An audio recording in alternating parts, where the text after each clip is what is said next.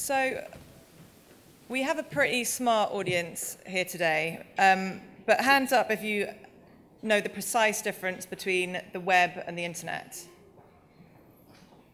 What about the deep web and the dark web?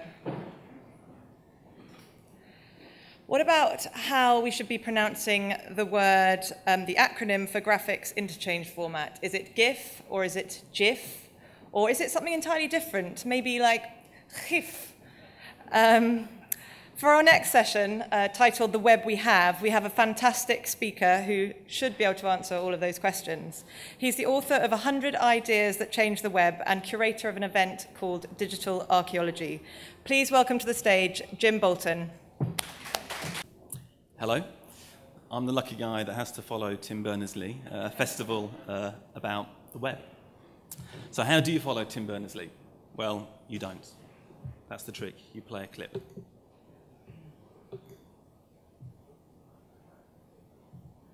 See, the logic looks kind of like an old-fashioned television set, only it's got keys instead of dial. Now, suppose you want to ask a question. A question? Like, what to take for a sore throat? Or who won the American League pennant in 1911? Hey, you. Can I ask this thing how to make dart poison? Oh, well, I think maybe we better not get one of these things. Well, that's okay, Mr. Kalanovich. The logic won't tell you about no dart poison, see? Bet it will. I'm gonna try it.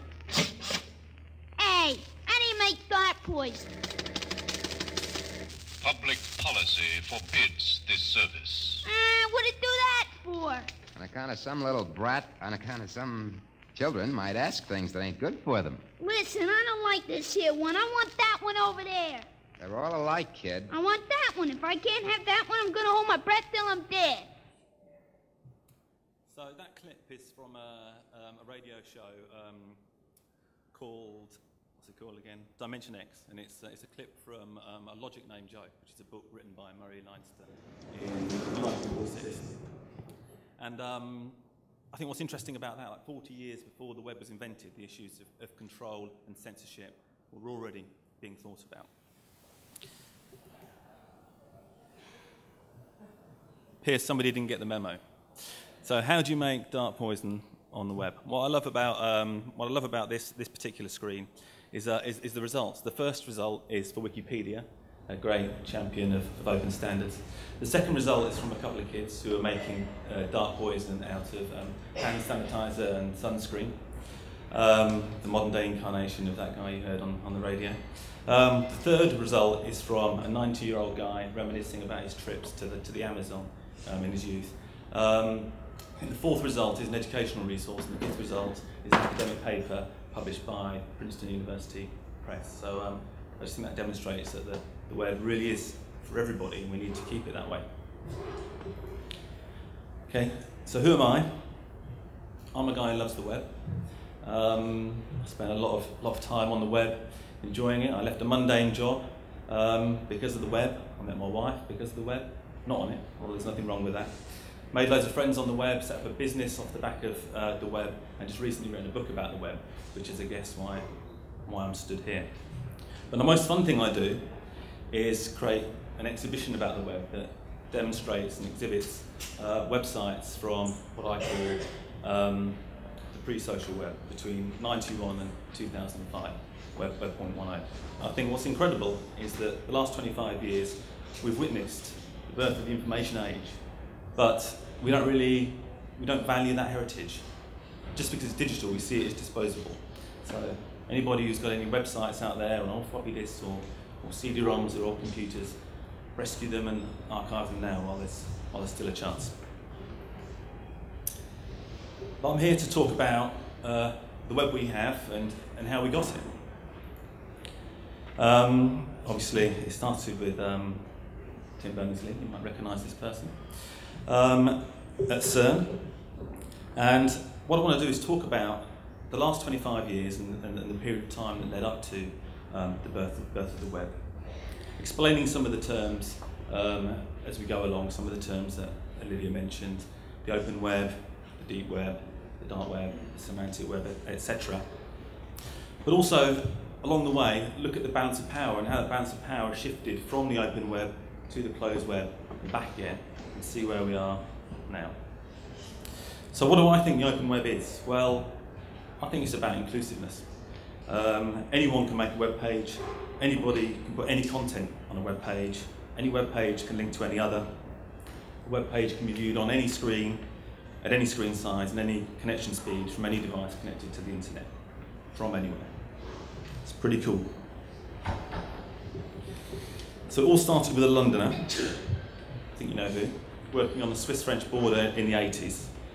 And he recognised that, although on paper the place he worked was a hierarchical structure of departments, in reality it was more an informal network of experts, working committees, departments, informal relationships. And actually it was constantly on the move and it needed an information system to match. And his solution was simple. To use hyperlinks to connect and share hypertext documents over the internet. Most of the technology already existed. He himself said earlier, I just had to take the hypertext idea and connect it to the transmission control protocol and domain system ideas, and ta-da, the World Wide Web. Easy. So my first point goes towards the open web. 1-0 for basing it on existing technologies and keeping it easy. So the first thing Tim mentioned was hypertext. We all know what hypertext is. It's screen-based text that links to other screen-based text with embedded links. But it's revolutionised the way that we retrieve and access information. And it's difficult for us to appreciate now. But in the middle of the last century, I think the multilinear narratives and multidirectional narratives made possible by hypertext were unimaginable to most. Well, not all. So this guy, Vannevar Bush, was the leader of the Manhattan Project, the project that gave us the atomic bomb. And not surprisingly, he was a bit conflicted by this. And he was disillusioned with man's pursuit of power over progress. So he started thinking about ways to actually use knowledge, how the world's knowledge could be used for the common good. And he came up with a seminal essay called As We May Think, in which he described hypertext and how knowledge could be used for the common good. So, common good, that sounds like a good thing. Another point to the open web. A few other guys were thinking about it at the same time. I suspect maybe Murray Leinster, who wrote a logic named Joe, that clip you heard earlier, was inspired by it. A guy called Douglas Engelbart, a radar operator, actually read that essay and maybe 20 years later created an inline system where he actually implemented hypertext for the first time. He also invented the mouse and many more of the desktop graphical user interface functionality that we know today. There's actually a demonstration called The Mother of All Demos, which you can find online, that he made in the mid-60s. That's just incredible. So it's on the web, you should check it out. But the guy who actually came up with the term hypertext was a guy called Ted Nelson. It turns out he was pretty good at making up words, and he was pretty good at predicting the future. So the next piece of technology Tim mentioned was transmission control protocol. The thing that makes the internet work is packet switching, dividing messages up into bits, sending them in multiple directions and reassembling them on arrival. And in the early 1970s, packet switching networks started to emerge. And these were a byproduct of the space race. And I always think if you're doing a presentation, there's an opportunity to get an astronaut in there, you should take it. So there he is. But one of the key drivers of transmission control protocol was a guy called John Possel. And the behaviour he encouraged just seems really wise beyond sending content over computer networks. And that was be conservative in what you do, but be liberal in what you accept from others. That sounds like a good place to start for the open web. So here we go. Another point to the good guys. So once we had all these packet switching networks up and running and we started to be able to connect them because they had a common set of rules, we had the internet. Now, the internet and the web are often confused. Embarrassingly, I've done it myself. So the internet is a global system of interconnected computer networks. It's the infrastructure that carries email, voice over IP, multiplayer games, file transfer, and of course, the web. And the web is the most accessible component of the internet. It's an interlinked system of hypertext documents and now hypermedia documents. And when I think of the relationship between the internet and the web, I think of the relationship between the tin can and the can opener. And I think it's quite amusing that the tin can was invented about 30 or 40 years before the tin can opener. And same with the web. The internet was invented, obviously, 20-odd years, 30-odd years before the web. So now, dirty word, internet service providers. As the web started to grow, ordinary people wanted to get access to the web, and the ISPs, internet service providers, started to appear. The first of which was CompuServe, appearing in 1979. Now, Olivia kindly said that earlier I'd tell you how to pronounce GIF, graphical interface format. Well, I pronounce it with a hard G for graphical. But Steve Wilhite, who invented the format, pronounces it GIF, and he's pretty strict about it. The Oxford English Dictionary accepts both pronunciations, but according to Wilhite, it's definitely the GIF, which doesn't seem like a very open way of thinking about things. Probably had a good career at an ISP. But the GIF's pretty cool, so we're not going to give him a negative point for that. Should have clicked already. Here's an ad for CompuServe, which I think is quite amusing. And it brings up an interesting point here. We talk about the social web starting in the mid-2000s, but actually the web's always been social, and before that the internet's always been social.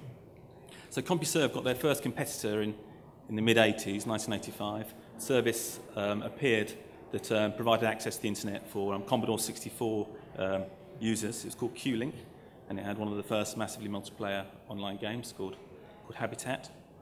And then in 1989, it extended its services to IBM-compatible PCs and changed its name to AOL.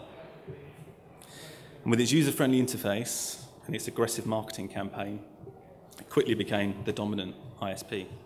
Sound familiar? And also, just one little horrifying fact I heard, apparently at one point, half the CDs in the world had an AOL logo on them. Horrifying. So, for that point alone, 1 point to the closed networks. Okay, the third technology that the web was based on was a domain name system. Introduced in 1985 by a guy called Paul Mockpetis. DNS translates IP addresses, numerical addresses, into memorable names. That isn't one of the memorable domains. That's a plug for my blog. And a quick tip, if you're going to want a memorable domain, don't put a hyphen in it and don't put a word with 3 consecutive vowels. So I don't know if anyone can guess what the most expensive domain names ever purchased are, but sex.com was the second most expensive domain, $14 million, and insure.com, $16 million was the most expensive. So just because our priorities obviously lie in the wrong place, I'm going to give another point to the closed web. So ta-da, we had the World Wide Web, and this is what it looks like. And I've actually got a machine set up behind the stage where you can have a look at that first website on a next computer on the first browser and see how it differs from today's browsing experiences. There's a few key differences. And that website told people how to create a website, how to use a browser, and how to set up a web server.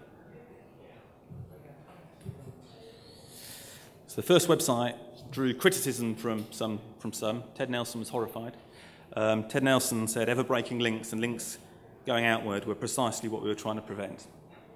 But its popularity was due to its tolerance. Anybody could make a web page and anybody could link to a web page. And that's what's made it successful. So for that, another point towards the open web, point for tolerance. Another key technology of the web is markup language. Markup language is the computerized descendant of typesetting.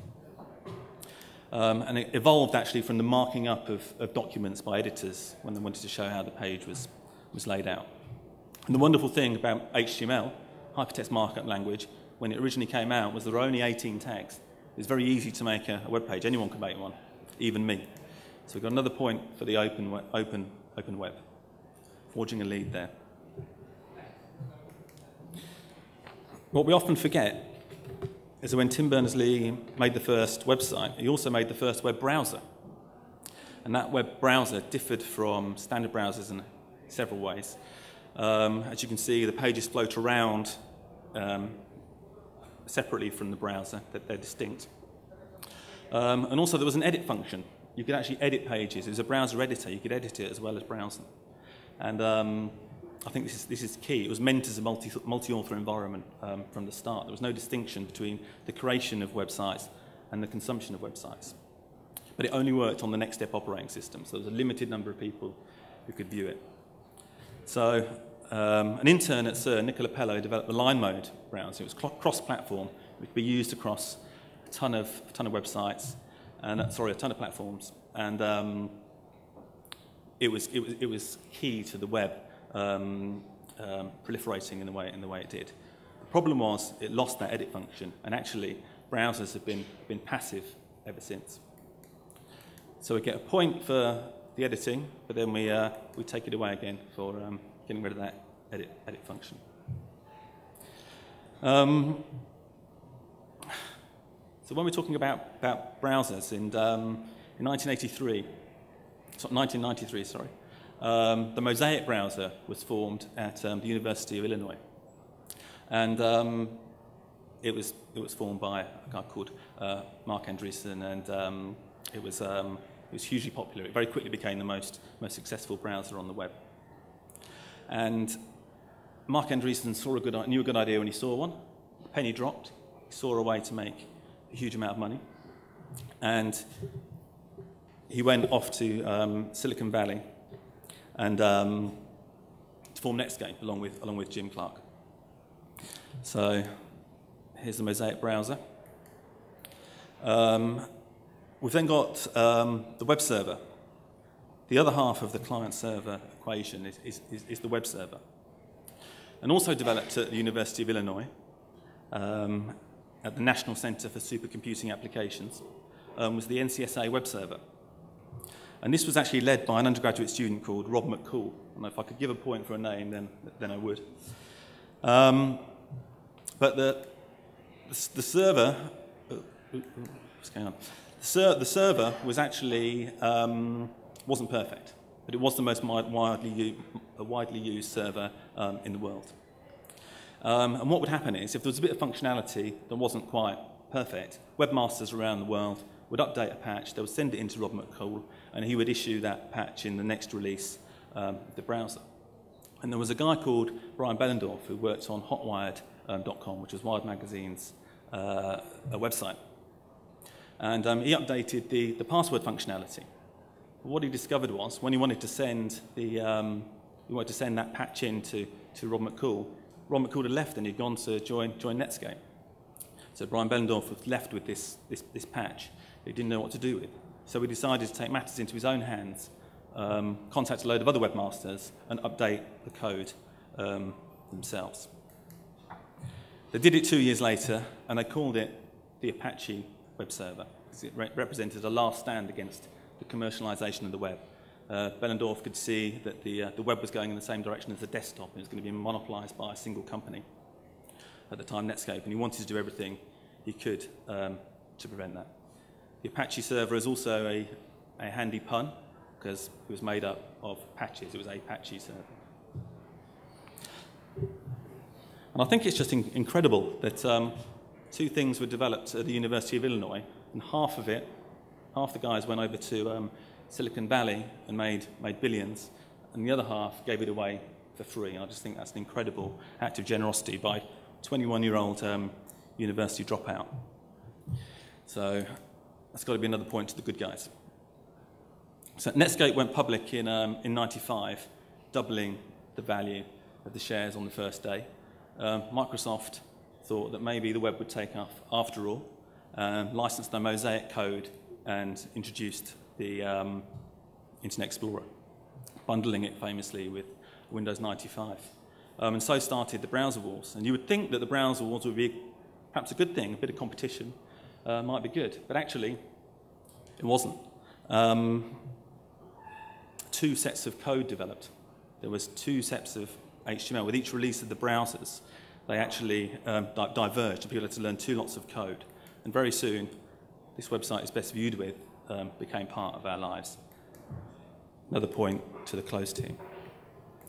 A few heroes turned up. There was Glenn Davis from Cool Site of the Day, another guy called Jeffrey Zellman from Lister Park, and they developed the Web Standards Project. And miraculously, they won.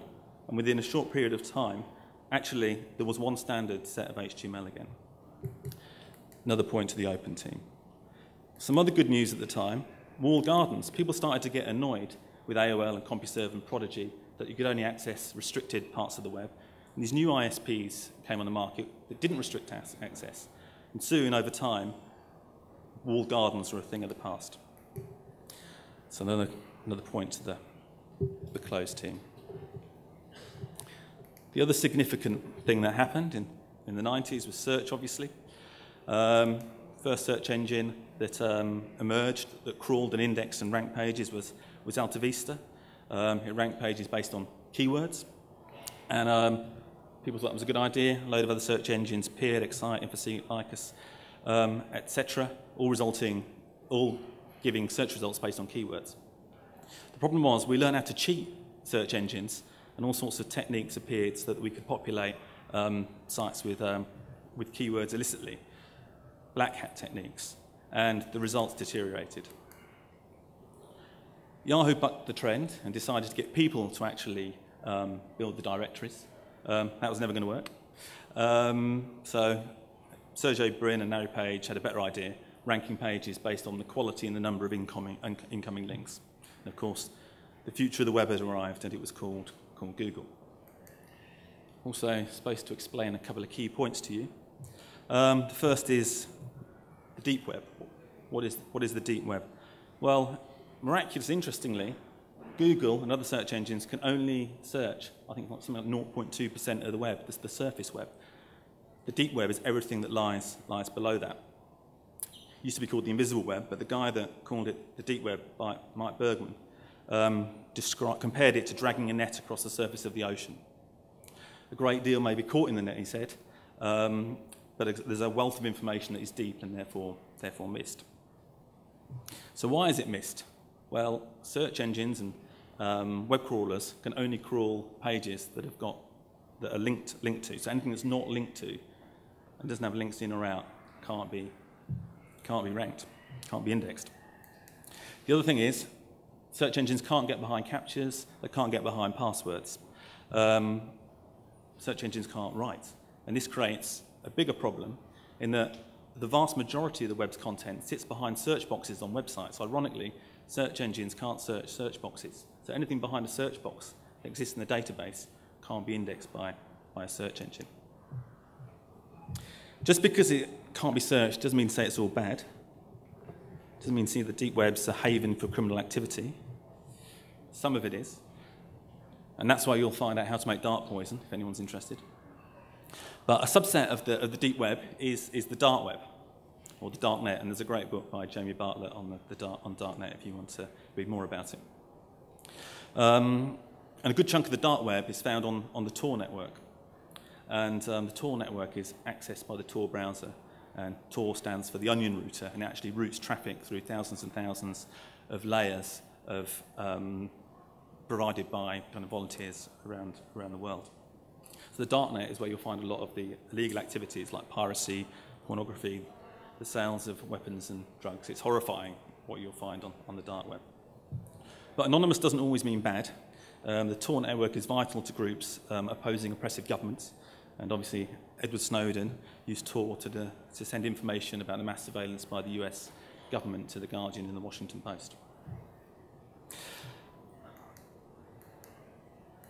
One more to the closed, because the dark web, of course, is closed. And we've got the social web. And I would say the first social network was Flickr.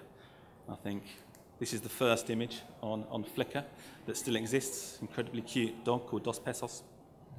And what's incredible about Flickr is not only is it you get cute pictures of dogs and the like, but it's the tagging system. It introduced the folksonomy, which is taxonomy by folk, and the fact that it uses the language of the users is a massively powerful thing.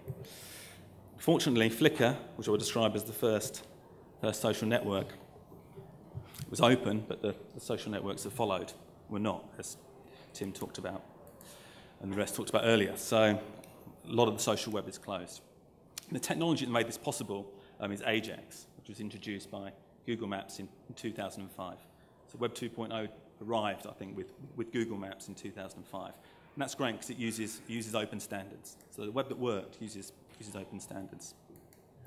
The next milestone was the mobile web. And the mobile web was kicked off, at least in Europe and the US, by the launch of the iPhone.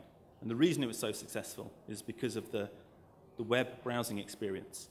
The touchscreen interface allows you to pinch and zoom your way around actual websites rather than rubbish websites made for mobile phones. Unfortunately, iTunes and the App Store require proprietary software to access them, as you know. You can't access them from browser, you can't link to it, you can't search it, you can't index it. It goes against everything that makes the web the most widely adopted technology on the planet. So that's got to be a point to the close team. We've already talked about net neutrality, and that's the next thing that we have to address. And we talked earlier, the guys talked earlier about the fact that it's been outlawed by a lot of governments. It's banned by the European Parliament, which is great, but it's not banned in the US. And earlier this year, Netflix did a deal with Comcast where they would prioritise their traffic. And just because it's happening in the US and not over here doesn't mean to say it's not our problem, because Netflix put their prices up around the world as a result. So, 10-all. So, it's on a knife edge. This is where I'm going to end my talk, rather conveniently, on 10-all. It's up to us to decide how to tip the balance. But it's not just about having an open and equal web. It's actually about the web fulfilling its potential. Tim talked about a semantic web, a web that takes data, turns it into information, collates that information and turns it into a knowledge, a web that thinks. And if we really want to have a web that thinks and fulfill the true potential of the web, then we need to have an open web. My final thoughts. The web is a place that breaks down barriers. Cultural barriers, national barriers, the boundaries between creating ideas and exchanging ideas. It's changed everything we do, the way we work, the way we play, the way we socialise, the way we shop, the way we get involved with the political system. It's changed everything. But most of all, it's a place, and I think it's a place that's for everyone. And if it doesn't remain a place for everyone, I'm going to hold my breath till I'm dead. Thank you very much.